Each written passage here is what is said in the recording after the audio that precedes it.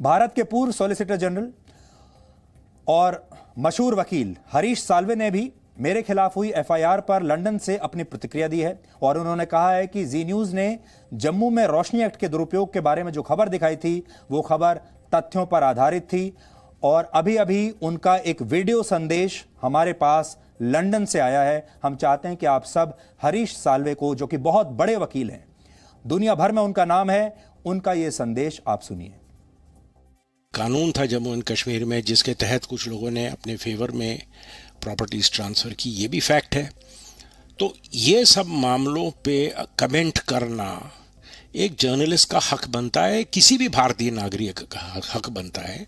ये freedom of speech है। Freedom of speech का मतलब ये नहीं कि जो हमको सुनने में चीज़ अच्छी लगे वो अलाउड होनी चाहिए। फ्रीडम ऑफ स्पीच का मतलब ये है कि हर नज़रिए को पोर्ट्रे करने का, हर नज़रिए को आगे रखने का हक एक भारतीय नागरिक को है, भले आपको पसंद आए, भले आपको ना पसंद आए। जैसे मैं हमेशा कहता हूँ, the freedom of speech is the right to annoy people. It is not the right to humour people, it's the right to annoy people. तो अगर आपको बुरा लग रहा है तो भाई वो फ्रीडम ऑफ स्पीच है, आप उसका जवाब दीजिए, पर उसके खिलाफ इस किस्म के कानूनी दावपेच लगाना, प्रेशर करने के लिए, ये कानून का अब्यूज़ है। सेक्शन 295 न्यूज़ पे कभी लागू ही नहीं हो सकता। या तो आप कहें कि भाई झूठी न्यूज़ है, जैसे कोई अगर झूठी खबर फैलाए कि कहीं कम्युनल रायट हो गया, जो कोई रायट नहीं हुआ हो, और वो इसलिए फैलाए कि वो खुद कम्युनल रायट शुरू करवाना चाहे, तो उसको आप 295 लगाए तो बात और है। वरना एक टीवी न्यूज़ कास्ट पे एक जर्नलिस्ट अगर कुछ इंसिडेंट्स हुए जो पथराव के और कुछ अदर मैटर्स जो हैं उस पे अगर न्यूज़ कवर कर रहा है और उसके अगर कम्युनल ओवरटोन्स हैं तो वो ज़रूर आएंगे। उसको आप 295A लगा के किसी की आवाज़ बंद नहीं कर सकते। देश में अगर कुछ फॉल्ट लाइंस हैं तो लोगों का हक बनता है कि वो फॉल्ट लाइंस पे अपनी कमेंट करें। हर इंसान से हमको ये उम्मीद है, ख़ास करके बड़े चैनल से, कि वो जो करेंगे वो एक सेंस ऑफ रिस्पॉन्सिबिलिटी के साथ करेंगे। पर इसका मतलब ये नहीं कि अगर किसी राज्य सरकार को लगे कि ये एक पर्टिकुलर प्रेजेंटेशन जो है वो उनके पसंद का नहीं है तो कोई ना कोई ढूंढ के आईपीसी में से कोई ना कोई धारा निकाल के केस शुरू कर दें।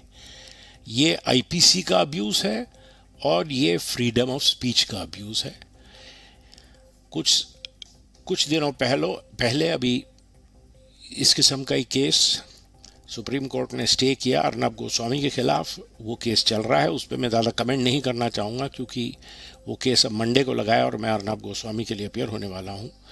पर ये एक जो नई ट्रेंड शुरू हो रही है कि जो जर्नलिस्ट खिलाफ, हम किसी के खिलाफ कवर करें, किसी पॉलिटिकल आइडियोलॉजी को क्रिटिसाइज करें, तो उनको क्रिमिनल केसेस में उलझाओ। और ये एक और पॉइंट कि ये केरला में कैसे एफआईआर दर्ज हुआ, ये एक वैलिड पॉइंट है।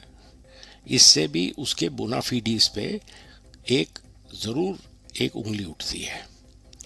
तो ये जो मैंने न्यूज़ क्लिप देखी है उसके बेसिस पे अगर एफआईआर लॉन्च किया है तो मेरे अंडरस्टैंडिंग में ये तो क्लियर एक अब्यूज़ है, क्रिमिनल लॉ का अब्यूज़ है, और ये फंडामेंटल राइट, फ्री स्पीच का जो राइट है उसका भी एक अब्यूज़ बनता है।